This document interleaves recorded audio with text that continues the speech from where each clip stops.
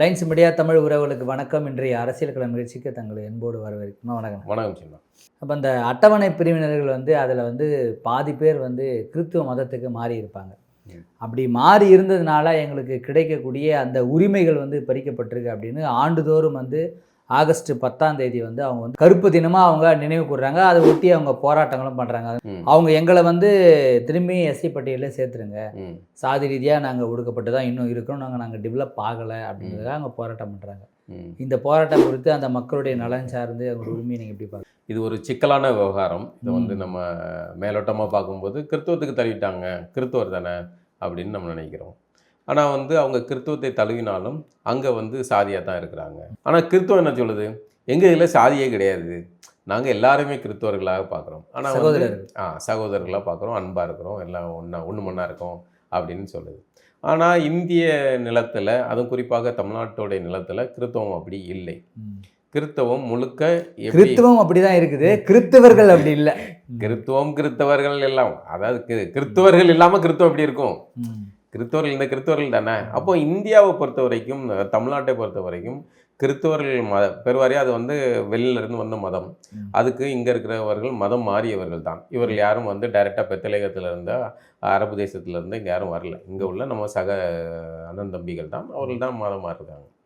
அந்த அடிப்படையில் அன்றைய காலகட்டத்தில் எல்லா பிரிவிலிருந்தும் மதம் மாறி இருக்காங்க.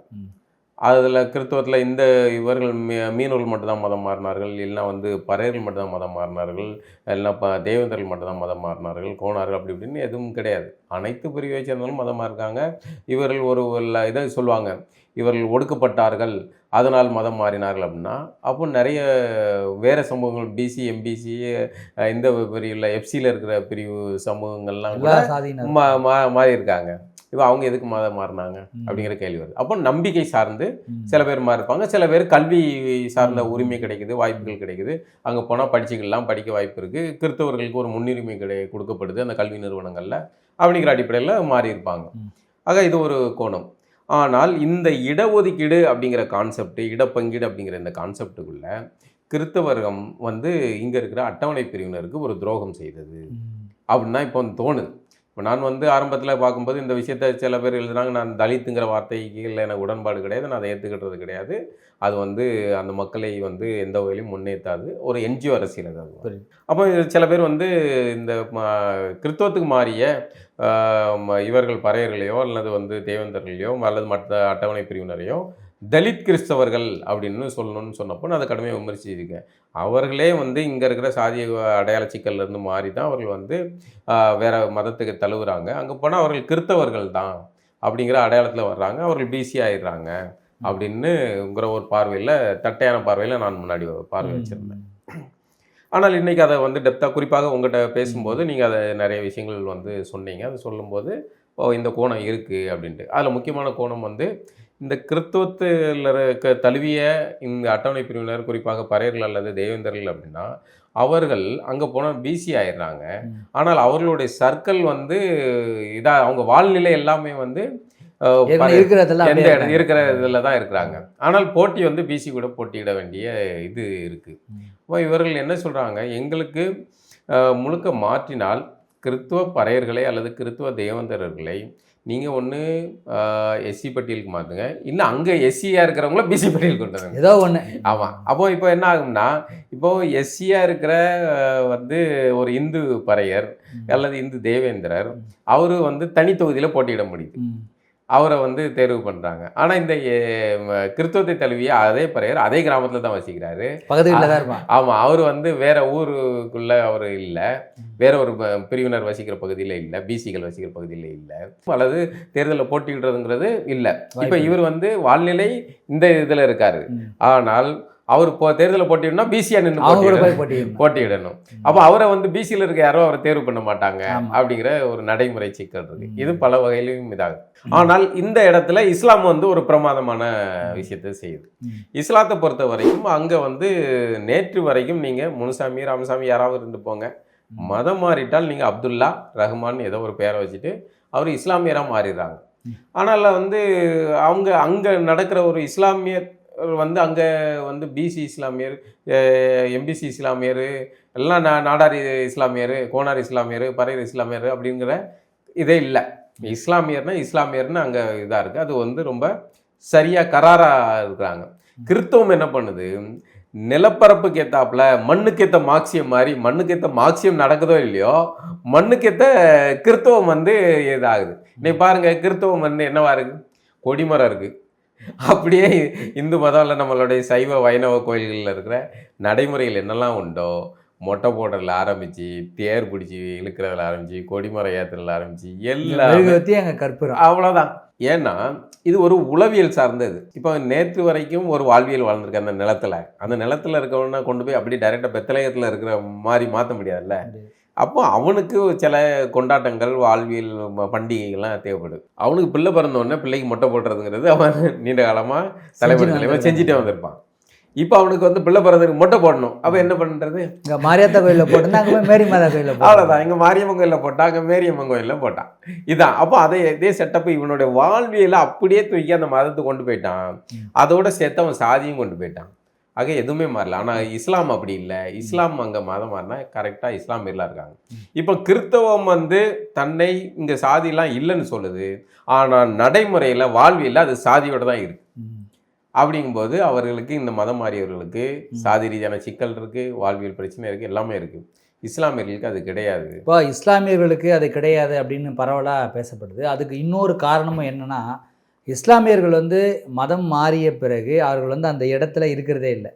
அவங்க வந்து வேற ஒரு இடத்துக்கு, வேற ஒரு குழுவோடு அப்படியே மாறிடுறாங்க. அவங்க வந்து ஒரு குரூப்பாக தான் வாழ்கிறாங்க. ஆனால் இவங்க என்ன பண்ணுறாங்க, எந்த மதம் மாறினாலும் இருக்கிற இடத்துலையே இருக்கிறாங்க. இவங்க கூடவே இருக்கிறாங்க. அதே குழு, அதே வட்டம். ஆமாம், அதே வட்டம், அதே சர்க்கிள். அவங்க கூட பழகிறாங்க, அவங்க கூட இருக்க எங்கேயும் மாறி போகிறதில்ல.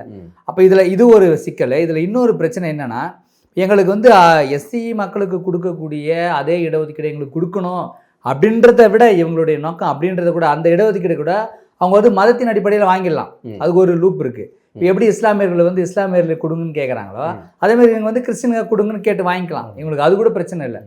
இவங்க வந்து பாதிக்கப்படும் போது எங்களுக்கு ஒரு சட்ட சிக்கல் பாதிப்படுது, எங்களுக்கு சட்ட பாதுகாப்பு இல்லைல்ல. அதற்காக தான் இவங்க வந்து இவ்வளோ பேர் போராட வேண்டியது. இப்போ இந்து அட்டவணை பிரிவு வச்சுருக்காங்க, கிறிஸ்துவ அட்டவணை பிரிவு வச்சுருக்காங்க. இப்போ 2 பேருக்குமே பாதிப்பு ஏற்படுதுன்னு வச்சுங்களேன். இதில் வந்து இந்து அட்டவணை பிரிவருக்கு மட்டும்தான் சட்ட பாதுகாப்பு இருக்கும். அவங்களுக்கு மட்டும்தான் SC/ST வன்கொடுமை வழக்கு, அது மாதிரி நிறைய வழக்குகள் பண்ணுவோம். இவங்களுக்கு வந்து ஒன்றுமே கிடையாது. பாதிப்புகள் வரும்போது ஆனால் 2 பேருமே உளவியல் ரீதியாக தான் பாதிக்கப்படுவாங்க. ஆமாம்.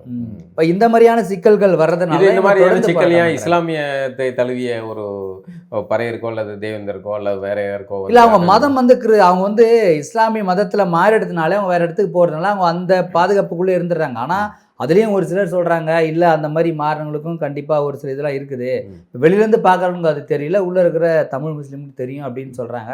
நமக்கு அதை பற்றி சரியான ஒரு இது இல்லை. ஆனால் இருக்குது, பிரிவுகள் இருக்குது. லெப்பை, மரைக்காயர், இல்லை அவங்களுக்கும் இந்த மாதிரி மதம் மாறியவர்களுக்கு, அதாவது அட்டவணை பிரிவிலிருந்து மதம் மாறிய இஸ்லாமியர்களுக்கும் இருக்கிறதா அப்படின்னு ஒரு தகவல் நானும் பார்த்துருக்குறேன். இப்போ கிறிஸ்துவத்திலேருந்து மதம் மாறினவங்களுக்கு இந்த பிரச்சனை ஏன் வருது அப்படின்னா, அவங்களை வந்து இன்னுமே வந்து இந்து முறைப்படி இருக்கக்கூடிய அதே அமைப்பில் தான் எல்லாரும் அவங்கள பார்க்குறாங்க. இப்போ என்னதான் நீ மதம் மாறிட்டாலும் நீ இவன் தானே, நீ யாரை வழிபட்டாலும் நீ இவன் தானே அப்படின்ற ஒரு அமைப்பு இருக்கிறதுனால தான் அவங்களுக்கு மிகப்பெரிய ஒரு பிரச்சனை. கிறிஸ்தவத்தை விட இஸ்லாம் சிறந்ததுன்னு சொல்லலாமா இந்த விஷயத்தில்? இஸ்லாத்தை தழுவின உடனே வந்து பாதுகாப்பு கிடைக்கும் அப்படின்ற நோக்கத்துக்காக இது மேல் அது மேல்னு சொல்ல முடியாதுல்ல. ஒவ்வொருத்தருக்கும் ஒரு பாதுகாப்பு இருக்குது. அது மேல் அப்படின்னும் போது அந்த வழிபாட்டு முறைகள் வந்து அவங்களுக்கு அது பிடிச்சிருக்கலாம், இவங்களுக்கு இந்த வழிபாட்டு முறை பிடிச்சிருக்கலாம். இன்னொன்று, இந்த வழிபாட்டு தலங்களில் இருக்கக்கூடிய அந்த ஏற்றத்தாழ்வுகள் அதெல்லாம் இல்லாமல் என்னோட கையை பிடிக்கிறான், என்னை கட்டி அணைக்கிறான், இதெல்லாம் கிடைக்கும் போது நமக்கு ஒரு மரியாதை கிடைக்குது இல்லை சமூகத்தில். அதனால நம்பி அவங்க வந்து மதம் மாறி போனதுனால தான் அது. ஒன்று இஸ்லாம் வந்து கடுமையாக இஸ்லாமியராக மட்டும்தான் இருக்க இது பண்ணுது. கிறிஸ்தவம் வந்து கொஞ்சம் ஃப்ளெக்சிபிள் ஆகி, அவன் பரவாயில்லப்பா நீ மொட்டை போட்டுக்கா, கொடிமலை ஏற்றிக்கா, இந்த இதெல்லாம் பார்த்துக்கா, சாதி கூட வச்சிக்கா, அதுக்கெல்லாம் நம்ம டவுசர் சர்ச்சுன்னு ஒரு சர்ச் இருக்கு, 2 பிரிவு, இதை பற்றி ஒரு வீடியோ நம்ம போட்டுருக்கோம், அப்படிலாம் இருக்கு. அப்போ இந்த இஸ்லாம் வந்து இடப்பங்கீடு விஷயத்துல தங்களுக்கு இஸ்லாமியர்களுக்கு இடஒதுக்கீடு வேணும் அப்படின்னு கோரிக்கை வச்சு வாங்கிட்டாங்க. கிறிஸ்தவர்கள் எங்களுக்கு வேணான்னு சொல்லிட்டாங்க, கிறிஸ்தவம் வேணான்னு சொல்லிட்டு. இப்போ இதுதான் இருக்கு. இப்போ இதுல வந்து உதாரணத்துக்கு எடுத்துக்காங்க, கிறிஸ்தவத்துல அனைத்து சாதியினருமே இருக்காங்களா, இவதில் பிசி சாதியினர் குறிப்பாக வந்து நாடார் எடுத்துக்கிறாங்க. அவங்க பிசி, இந்து நாடார் பிசியில் தான் இருக்காரு, கிறிஸ்தவ நாடார் பிசியில் தான் இருக்காரு, கோட்டா அவங்களுக்கு 2 பேருக்கும் ஒரே அப்ப கோட்டா. என்ன மாறினாலும் அவங்களுக்கு பிரச்சனை இல்லை. நாடாராக கோட்டா வாங்கினார். கிறிஸ்துவ நாடாரும் நாடாராக தான் இடப்பங்கீடு பெறார், இந்து நாடாரும் நாடாராக தான் வாங்கினார். அப்படிங்கும்போது அவங்களுக்கு பிரச்சனை இல்லை, சாதியின் அடிப்படையில் இடப்பங்கீடு கிடைச்சது. ஆனால் இந்த அட்டவணை பிரிவை சேர்ந்த பறையர்களோ அல்லது தேவேந்தர்களோ அல்லது மற்ற பிரிவினரோ அவர்கள் மதம் மாறின உடனே அவர்களை மட்டும் பிசியா மாத்திடுறாங்க. அப்போ அவர்களுக்கு பிசியா மாறினாலும் அவர்களுக்கு இடப்பங்கீடு அங்கே கிறிஸ்துவத்தில் இல்லை.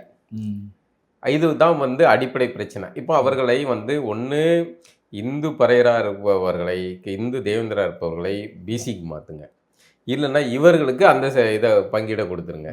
இல்லை, நான் என்ன இதில் என்ன எல்லாருடைய கருத்து என்ன அப்படின்னா, அவர்கள் என்ன இப்போ சாதிக்கான ஒரு சான்றிதழ் கொடுக்கும்போது அவங்க என்ன சாதியோ அதை உடன்பட்டு நீங்கள் கொடுத்துருங்க.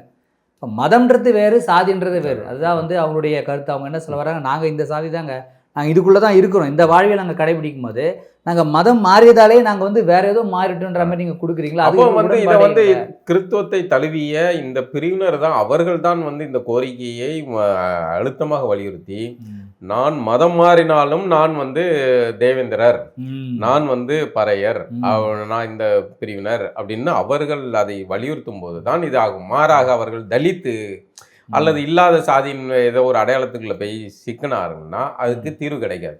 இப்போ அவர்கள் செய்ய வேண்டிய வேலை என்னன்னா, தங்களுக்கான அடையாளத்தோட அவர்கள் எந்த பிரிவை சார்ந்தவர்களோ அந்த பிரிவு அடையாளத்தை அவர்கள் முன்னெடுத்தால் இதுக்கு தீர்வு கிடைக்கும். அது இப்போ விஜய் அவர்களுடைய ஆட்சி வந்திருக்கு. அவங்க ஒரே நைட்ல ஆதிராவிடர்ங்கிற அந்த திராவிட அரசியலே முடிச்சு விட்டாங்க. அப்படிங்கும்போது இந்த கோரிக்கை ஒரு நல்ல வாய்ப்பு, வாய்ப்பு இருக்கு. இப்போ நம்ம ஃபெலிக்ஸ் மாதிரியான பத்திரிகையாளர் இந்த பொறுப்புல வந்திருக்காரு, சிறுபான்மை இது. அப்போ இந்த கோரிக்கையை முன்னெடுத்தாச்சுன்னா அவர்களுக்கு ஒன்னே கிறிஸ்தவர்களுக்கு இட பங்கிடுவாங்க. அப்போ இஸ்லாமியர்களுக்கு இட பங்கீடு இருக்கிற மாதிரி கிறிஸ்தவர்களுக்கு இருந்துச்சுன்னா இந்த பிரச்சனை கிடையாது. அப்போ அனைத்து அங்க அதுல நாடாரும் வந்துருவாரு, பறையர் வந்துருவார், எல்லாருமே கிறிஸ்தவராக இட பங்கீடு பெறுவாங்க. அப்போ அப்படி இல்லை அப்படிங்கிற பட்சத்துல இவர்களுக்கு சாதியின் அடிப்படையில் இட பங்கீடு கொடுக்கறது தான் சரியா இருக்கும். மற்ற சாதியை கொடுக்குற மாதிரி இவங்களுக்கும் கொடுத்துடலாம், இவர்களுக்கும் அதை கொடுக்கறது தான் சரியா இருக்கும். இப்போ அவர்கள இப்போ பிசி செக்ஷன்ல ஒரு குரூப்பு எஸ்சியில் இருந்து எங்களை தூக்கு நாங்கள் வேற பிரிவு போகிறோம். தென் மாவட்டத்தில் அது நிறைய வட மாவட்டத்திலையும் இருக்காங்க. அவர்கள் பல பிரிவினர் எஸ்சி பட்டியலில் எங்கள் விருப்பத்துக்கு மீறி எங்கள் விருப்பம் இல்லாமல் எங்களை எஸ்சி பட்டியலில் வச்சிருக்கிறாங்க, எங்களை விட்டுருங்க அப்படின்னு சொல்லக்கூடிய பல சாதியினர் இருக்காங்க. அவர்கள் ஆனால் எஸ்சி பட்டியலில் வச்சுட்டு அவ்வளோ சீக்கிரம் வெளியே விட மாட்டாங்க. ஏன்னா அந்த செட்டப் அப்படி இதுக்குள்ளே இருந்தால்தான். அப்படி இருந்து வேணாம், இல்லை தேவேந்தர்கள் வேணான்னு சொல்கிறாங்க, விடுங்கப்பா அப்படின்னு விட்டு அனுப்ப வேண்டியது தானே. ஏன் அதை விடுறது இவ்வளோ கஷ்டமாக இருக்குது? கீழே இருக்க மேலே வர்றதை அத்தனை எளிதாக மேலே இருக்கிற செட்டப்பு விரும்பாது. இங்கே அடிப்படையில் என்ன, நான் சுயமரியாதையாக இருக்கேன், நான் உனக்கு வணக்கம் வச்சா நீ வணக்கம், அவ்வளோதானே.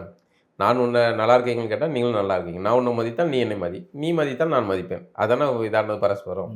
அப்போ கீழே இருப்பவர்கள் என்றைக்கு இருந்தாலும் பொருளாதார மேலே வர முடியும். ஆனால் சாதி ரீதியாக ஒரு செக்ஷனுக்குள்ளே வட்டத்தை போட்டு அடைக்கும் போது அவர்கள் அதுக்குள்ளே அடைபட்டு போயிடுறாங்க. அதை உடைக்க வேண்டிய தேவை இருக்குது. அப்படிங்கிறனால தான் அவர்கள் எங்களை விட்டுருங்க அப்படின்னு பல சாதியினர் சொல்கிறாங்க. ஆனால் அது சட்ட சிக்கல்கள் நிறைய உள்ளது. அப்படிங்கிறனால அதுலேயும் நிறைய பேர் முரண்பாடுகளில் இருக்காங்க. ஆக இந்த பிரச்சனைக்கு அடிப்படை இது இடப்பங்கீடு இல்லாது, கிறிஸ்தவத்துக்கு இடப்பங்கீடு இல்லாது.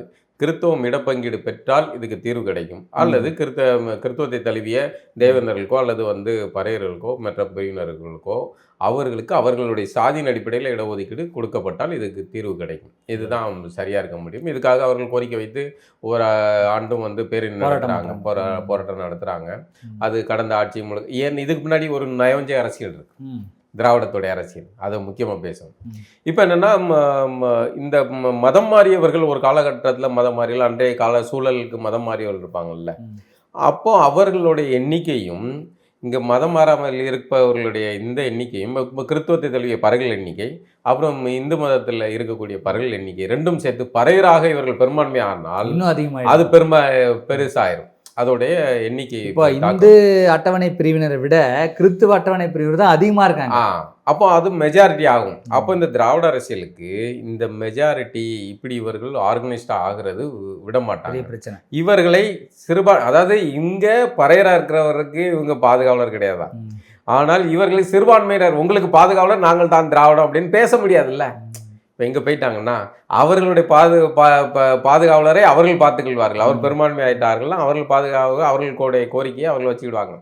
அப்போ இந்த பிரித்தாளக்கூடிய யுக்தி தான் இதில் இருக்குது. இப்போ தேவேந்தரில் கிறிஸ்துவ தேவேந்தரர் தனி, இந்து தேவேந்திரர் தனி அப்படின்னு பிரித்து விட்டாச்சுன்னா அவர்கள் இந்த பக்கம் நின்றுக்கிடுவாங்க, இவங்க இந்த பக்கம் நின்றுக்கிடுவாங்க, ஒன்று சேர மாட்டாங்க அப்படிங்கிற யுக்தி. இந்த யுக்தி வந்து திராவிட அரசியலோடைய இதை திராவிடத்துக்கு எதிர்காலம் இருக்குமான்னு தெரியல. ஆமாம், திராவிடத்துக்கு எதிர்காலம் இல்லை. இப்போ புதிய ஆட்சியில் இந்த கோரிக்கையை வலியுறுத்தி இதுக்கு வந்து அடுத்த கட்டமாக சட்ட போராட்டம் நடத்தினால் இதுக்கு தீர்வு கிடைக்கும். அது எல்லாத்தையும் விட இப்போ இவர்கள் இப்போ வந்து பறையர் அப்படின்னு இவர்கள் சொன்னால் மட்டும் அவர்கள் இங்கே தமிழ்நாட்டை சேர்ந்தவர்கள் தமிழர்கள் அப்படிங்கிறது தெரிய வரும். அவர்கள் தலித்து அப்படின்னு சொன்னால் அது பொருள் கிடையாது. அப்போ இவர்கள் இந்த கிறித்துவ தலித்து அந்த மாதிரியான வார்த்தை பிரயோகத்தில் போய் சிக்கக்கூடாது. விடுதலை அவசியமானது இவர்களுக்கு. அதே சமயம் இன்னொரு கோணம் இருக்கு. அதான் கிறித்துவத்தை தழுவிட்டால் பிசி ஆயிடுறாங்க. இந்த சாதி ரீதியான விடுதலை ஒடுக்குமுறை இந்த சிக்கல் காரணமாக தான் பெருவாரியாக மதம் மாறினாங்கன்னு சொல்றாங்கல்ல, அதான் பிசி ஆயிட்டாங்கல்ல. அந்த விடுதலை பெரிய விடுதலை தானே அப்படிங்கிற ஒரு கோணம் இருக்கு. ஆனால் நீங்க சொல்ற மாதிரி வாழ்நிலை வந்து இந்த வட்டத்துக்குள்ள இருக்கு, ஆனால் அவனை தூக்கி அந்த செக்ஷன்ல வச்சிருக்காங்க அப்படிங்கும்போது அவனுக்கு எந்த இதுவும் தீர்வு கிடைக்கல. அவன் வந்து பாதிக்கப்படும் போது தாக்கப்படும் போது அவனுக்கான சட்ட பாதுகாப்பும் கிடைக்கிறது இல்லை. இது ஒவ்வொருத்தருடைய தனிப்பட்ட மனநிலை சார்ந்ததும் கூட. ஒரு எஸ்சி பட்டியலில் இருக்க ஒருத்தர் அவர் வந்து கிறிஸ்தவத்துக்கு மாறினவரும் பிசி ஆயிடுறாரு. தன்னை பிசியாக கருதுகிறார். அவர் வந்து மன விடுதலை அடைகிறார். செக்ஷன் மன விடுதலை அடைகிறார். தான் வந்து பறையர் இல்லை, தான் தேவேந்தர் இல்லை, தான் ஒரு பிசி அப்படின்னு. ஆனால் அங்கே சிக்கல் என்னன்னா, கிறிஸ்துவத்துக்குள்ளே போனாலும் கிறிஸ்துவத்தில் என்ன ஆள் அப்படிங்கிற கேள்வி இருக்குது. இஸ்லாத்தில் நீங்கள் என்ன ஆள்? நான் தமிழ் இஸ்லாமியர்னு சொல்லுவாங்க, இல்லை உருது இஸ்லாமியர்னு சொல்லுவாங்க. இப்போ தமிழ் இஸ்லாமியர்னா நீங்கள் வந்து நாடார் இஸ்லாமியரா சார், கோனார் இஸ்லாமியரா, பறையர் இஸ்லாமியரான்னு யாரும் கேட்க போகிறது கிடையாது. ஆனால் கிறிஸ்துவத்தில் நீங்கள் வந்து கிறிஸ்டின் நாடாரா அல்லது திருமணங்களோடு அப்படிதான் நடக்கும். அப்படிதான் இருக்கு. அப்படிங்கும்போது சிக்கல் கிறிஸ்துவத்துல தான் இருக்கு. அதுக்கு இவர்கள் இங்கேயே இருந்துட்டு அது பண்ணியிருக்கலாம். இப்போ இதுல இருந்து சில பேர் வந்து இந்த இடப்பங்கீடு பெறுறதுக்காக புத்த மதத்தை தழுவி அதன் வழியாக வந்து இந்த எஸ்சி பட்டியலுக்குள்ள இருந்து வாங்குற அந்த இதெல்லாம் கூட நடக்குது. அப்படி எதுக்கு தலையை சுற்றி வளைக்கணும்? அவர்கள் பறையருங்கிற சான்றிதழ் பெற்றால் அவர்களுக்கு பறையருக்கான இடஒதுக்கீடு கொடுக்கறது தான் சரியா இருக்க முடியும். இதை அரசு கவனத்தில் கொள்ள வேண்டியிருக்காங்க. இந்த மக்களுடைய போராட்டங்கள் வெற்றி பெறட்டும். எந்த மாதிரியான நடவடிக்கைகள்லாம் எடுக்க போறாங்க அப்படின்றத பார்க்கலாம். நன்றி.